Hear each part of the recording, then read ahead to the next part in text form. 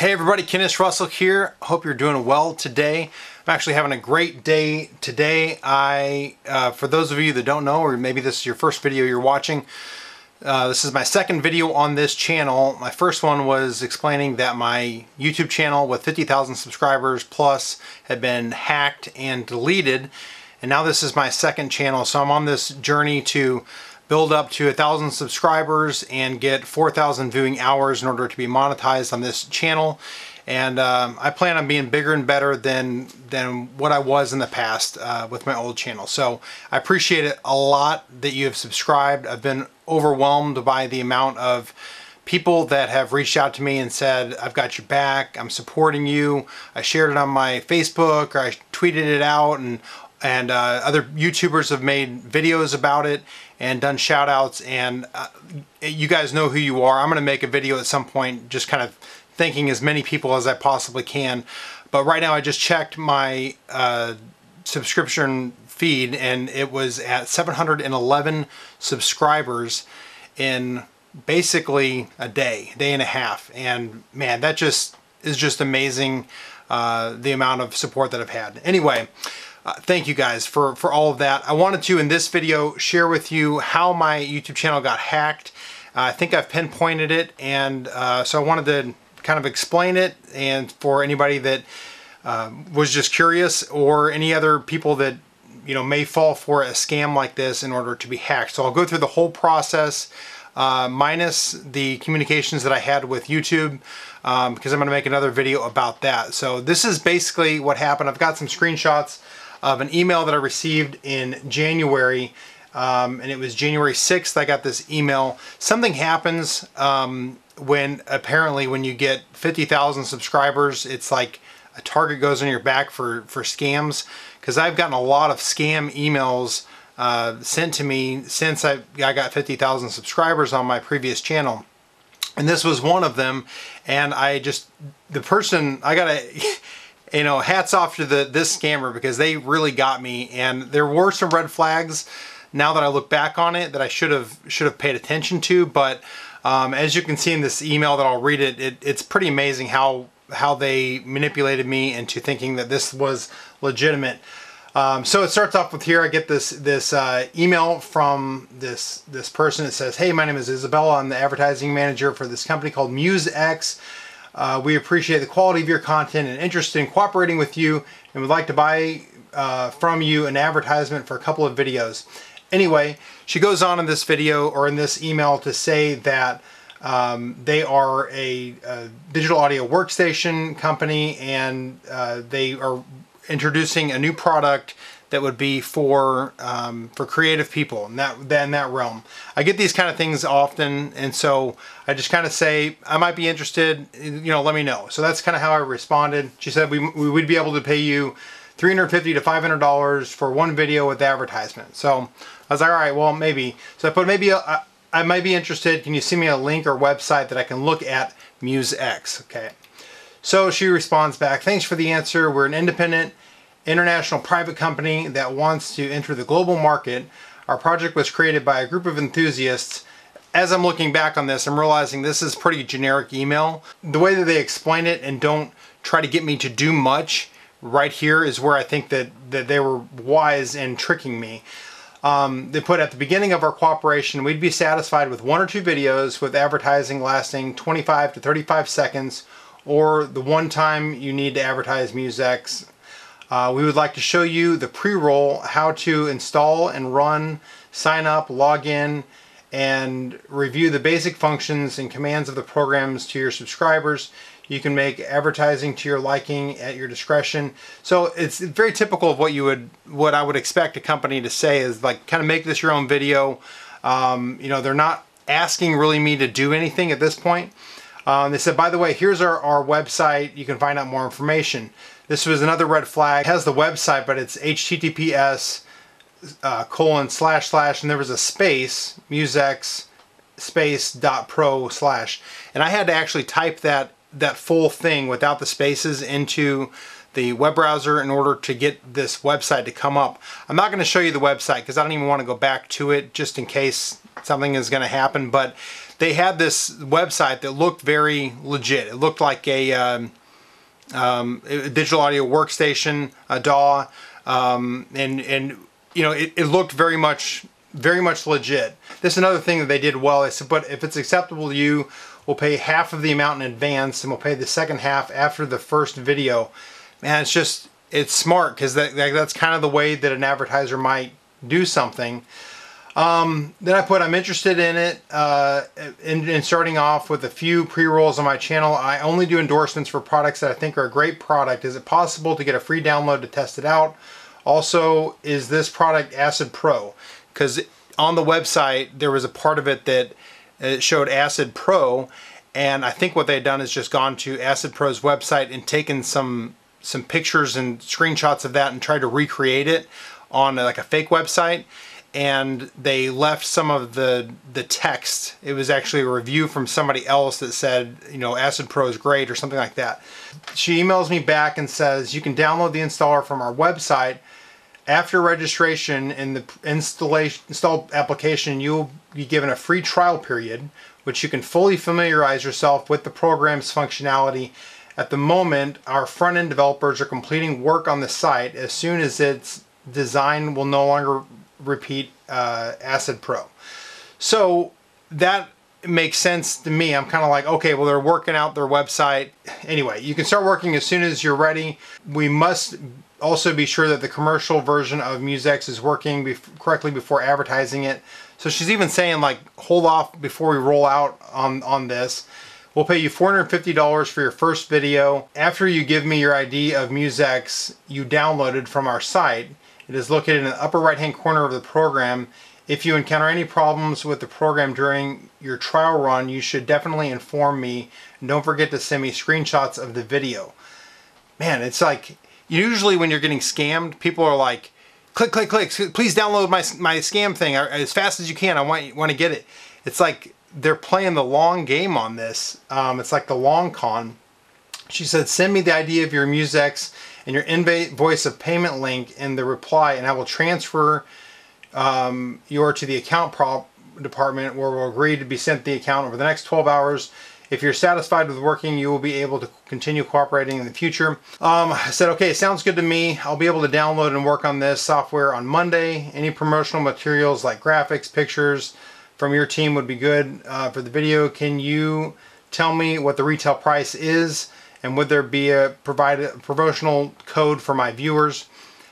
She responded, we just planned a commercial start at the beginning of next week. Our product needs to be purchased only once. No need to pay for anything else. At the moment the cost is $80. The professional version costs $100. I will ask the sales manager for the discount code for your viewers and we'll send it to you in our next letter. I put, thanks for getting back to me. $100 is a great price for a DAW that can do everything. I can't wait to try it out. So I'm even kind of like, well, we'll see how great this is. Hello again. We updated our installation system. Now the installer will work on the referral code, which must be entered into the installation window. Referral code for you and your subscribers, Russell 7000. You can download the current version of MuseX from our website. So I did that. I put, okay, great, I'll download and test this week. Let's connect towards the end of the week. If it's a product I can recommend, then we can move forward. Then I tried downloading it, and this is what happened. So I tried downloading, installing it today, but there was a problem. The program had a virus and I did not install it. I don't think that we'll be able to move forward with this project. I don't feel comfortable recommending it or even installing it on my computer. What happened when I tried to install this is, you know, I hit the executable file, and as I look back on it, there was like a red flag, something inside of me saying this doesn't seem quite right, because the executable file, it had like some gibberish in it. It was like a bunch of letters and numbers, and it didn't seem exactly like what you would expect from a product, and my like idiot brain was still like hooked line sinker in this, thinking it was legitimate, that I thought, well, they're probably developing it. It's a new program. They'll fix that. Anyway, as soon as I hit install, or when I ran it, Windows popped up and said this thing has a virus, in which case I was like, shut it down. You know, I turned it off. I deleted the file, the executable file. I emptied my recycle bin, and I did everything I could to get it off my computer, but I think it was too late. And I'll get to that in just a second. She put, programmers are already resolving this problem. We apologize for the delay. We can fix it soon and notify you. Please stay in touch. Then she responds again, the problem is lack of license for the program driver. We will purchase new ones. Again, she's still going like, you know, anyway, obtain a license from Microsoft and update the program. By the beginning of the weekend or the new version of the site, it'll be possible to download the fully working program on Windows and Mac. As you know, registration and authorization are already carried out. The program and referral code will remain relevant. So it's still, she's still, you know, saying, hey, it's all good. And even at that point, I was still kind of like this, I wasn't even 100% sure this was a scam. I was still possibly thinking about it. Then I put, thanks for letting me know. You said this program has been around for a while and is just now going to the public for sale. It doesn't really make sense to me because every other DAW that I know major producers use is also available for sale. Did it go by another name? I Google searched for Musex, does not come up with anything. And that was the last response that I had. Ironically, this is funny. Ironically, a little bit later, I was on December 27th. So this was, you know, a while later, I got another email from musex2advert@gmail.com, and it was somebody basically, hey, we're needing somebody to do it. It was another spam deal from the same company, and I just responded back. I replied back, sounds like a scam to me, no thanks. So that is how I got hacked. That is what happened. I wanted to, it's kind of embarrassing to me, but I wanted to let people know what that process was like. What happens after that and how my channel got spammed and deleted is once I think what the program was when I installed it on my computer is it got into my YouTube channel. I don't even think that it took my password and all of that. I think that somehow they took an image of what was open on my computer and had access to it. I'm not like a supercomputer coding type guy, but there was another video I watched on YouTube of somebody that had been hacked, and that was what he said. He described it the same way. He downloaded something and, you know, clicked on something, and then they took an image of what was open on his computer. So if I had YouTube open on a browser, which I probably did, then they were able to get in. Now you can add on YouTube another user. So if I wanted to add you as a user on my channel, I could. I just need your email address, and then I could say, hey, this person, you know, you're able to make changes to my channel, you're able to upload things, you're able to delete things. And YouTube does have a good safeguard in place where you have to be on the channel as a user in the back end for 2 weeks before you're able to be transferred ownership of a channel. So that would prevent somebody from doing this process in a quick period of time. I think what happened is they put another user on my back end and then waited the 2 weeks and then took me off of my own channel. Once I lost control of the channel, I couldn't log in, couldn't do anything like that, but there wasn't any changes being made on my channel. Like it wasn't like they deleted all my account or videos or anything like that, but it was just dormant. There was nothing happening.